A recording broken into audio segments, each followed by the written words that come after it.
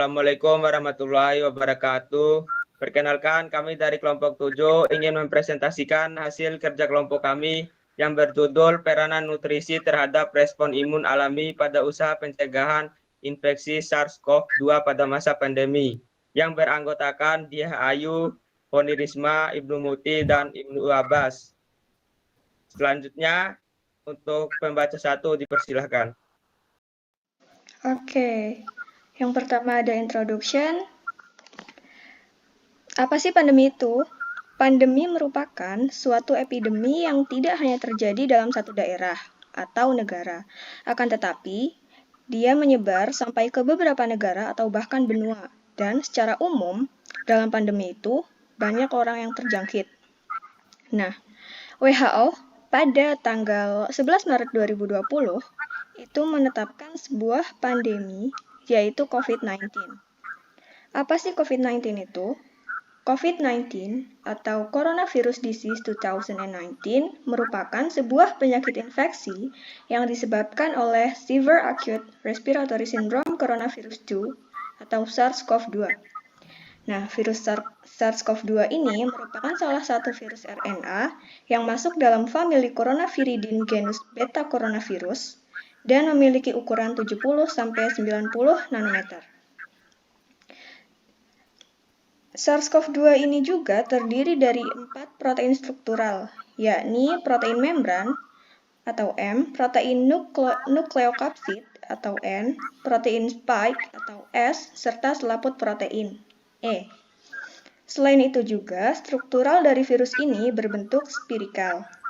Nah, adapun karakteristik lain dari virus ini yaitu memiliki RNA yang utasnya tunggal, panjang genom sekitar 30 kb, serta memiliki selubung atau envelope berupa lipid yang tersebar di glikoprotein membran yang bernama protein S.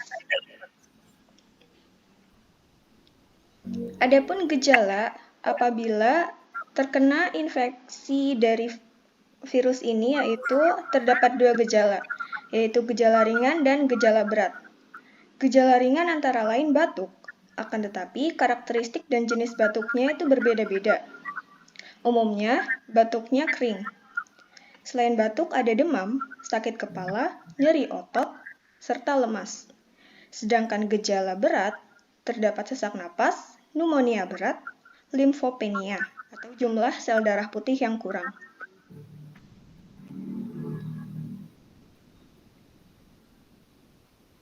Next, sistem imun. Lalu selanjutnya ada sistem imun. Sistem imun merupakan suatu sistem yang kompleks berfungsi dalam pertahanan tubuh dalam menghadapi serangan asing yang mengancam integritasnya, di mana sistem imun terintegrasi dari mediator sel, organ, serta jaringan. Sistem pertahanan dilakukan oleh sel khusus untuk melawan patogen dari luar. Implementasi mekanisme perlindungan terhadap antigen eksternal bergantung pada jenis patogen, misalnya bakteri ekstraseluler dan bakteri intraseluler. Dalam menjalankan tugasnya, sistem kekebalan tubuh memiliki satu tugas utama dalam fungsi tertentu, yaitu sistem kekebalan mampu membedakan molekul target dari molekul sendiri, sehingga bereaksi tepat terhadap molekul target tertentu.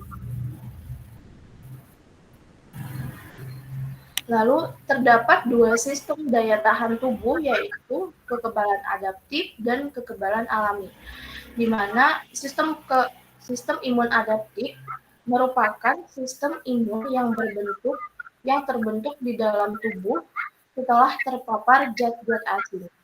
Kekebalan dari sistem imun spesifik timbul dari hasil antibodi yang berhasil dalam memerangi antigen tertentu. Sistem ini memiliki kemampuan dalam mengingat antigen yang pernah menyerang tubuh. Sistem imun alami merupakan mekanisme dalam imunitas tubuh yang berperan untuk semua antigen, sehingga imunitas alami sudah terdapat sejak bayi baru dilahirkan.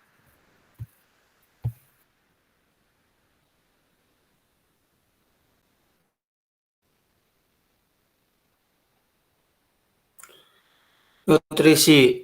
Nutrisi berasal dari kata nutrition yang artinya gizi. Yang dimaksud dengan nutrisi atau gizi merupakan faktor mutlak yang dibutuhkan tubuh dalam proses pertumbuhan dan perkembangan. Kebutuhan nutrisi setiap orang sangat bervariasi tergantung pada usia, jenis kelamin, dan tingkat aktivitas. Manfaat nutrisi menjaga dan meningkatkan fungsi sistem imun dapat dicapai melalui pola hidup sehat yang meliputi asupan makanan yang seimbang, perubahan pola makan, dan ketidaktahuan tentang manfaat makro dan mikronutrien bagi kesehatan selama pandemi ini, meningkatkan resiko COVID-19. Peran nutrisi dalam respon imun alami. Respon imun melibatkan proses proliferasi sel yang signifikan dalam upaya menyediakan jumlah sel imun yang cukup untuk pertahanan tubuh. Proliferasi sel membutuhkan peran regulasi dan replikasi DNA maupun RNA, protein sel, sintesis kompleks lipid, dan berbagai substrat termasuk vitamin maupun mineral yang berperan sebagai kofaktor. Vitamin A sering disebut sebagai vitamin antiinflamasi. Tidak hanya meningkatkan imunitas humoral, integritas sel epitel, dan imunitas mukosa, tetapi juga memodulasi komponen imunitas bawaan pada sel sehat untuk melawan infeksi virus. Jumlah vitamin A yang cukup sangat penting untuk fungsi sel kekebalan yang optimal seperti sel NK dan makrofag, yang merupakan penyusun imunitas alami. Selanjutnya, manfaat nutrisi pada SARS-CoV-2. Manfaatnya menjaga dan meningkatkan fungsi sistem imun dapat dicapai melalui pola hidup yang sehat, meliputi asupan makanan yang seimbang, perubahan pola makan, dan ketidaktahuan tentang manfaat makro dan mikronutrien bagi kesehatan selama COVID pandemi ini meningkatkan risiko COVID-19. Next. Selanjutnya, macam-macam nutrisi dalam pencegahan SARS-CoV-2. Yang pertama, makronutrien. Sangat penting untuk menjaga asupan energi dan protein sesuai kebutuhan tubuh untuk menjaga berat badan agar status gizi tetap normal. Status gizi dapat dinilai dengan menghitung indeks massa tubuh atau IMT. Untuk meningkatkan daya tahan tubuh memang diperlukan peningkatan protein dari biasanya. Namun, usahakan untuk menambah jumlah energi dengan meningkatkan protein ini. Membantu meningkatkan imunitas karena protein berperan dalam pembentukan imunoglobulin. Yang kedua, mikronutrien. Mikronutrien terdiri dari vitamin dan mineral. Vitamin dan mineral yang berbeda meningkatkan daya tahan tubuh melalui mekanisme yang berbeda.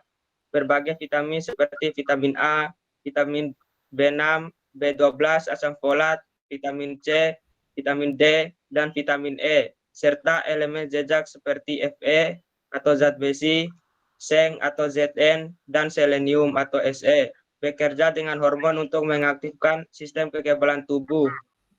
Kekebalan alami sebagai garis pertahanan pertama dan memperkuat pertahanan tubuh dalam aliran darah dan sel untuk melindungi tubuh dari infeksi COVID-19. Conclusion. Nutrisi memiliki peran yang krusial dalam menjaga sistem imun. Oleh karena itu, diperlukan pola makan yang sehat dan menerapkan prinsip gizi seimbang, sehingga kebutuhan nutrisi dalam tubuh terpenuhi dan mengurangi risiko terjangkit infeksi virus. Next. Sekian presentasi dari kelompok kami, lebih dan kurangnya kami mohon maaf. Jika ada pertanyaan, dipersilakan. Wabillahi taufiq wal hidayah. Wassalamualaikum warahmatullahi wabarakatuh.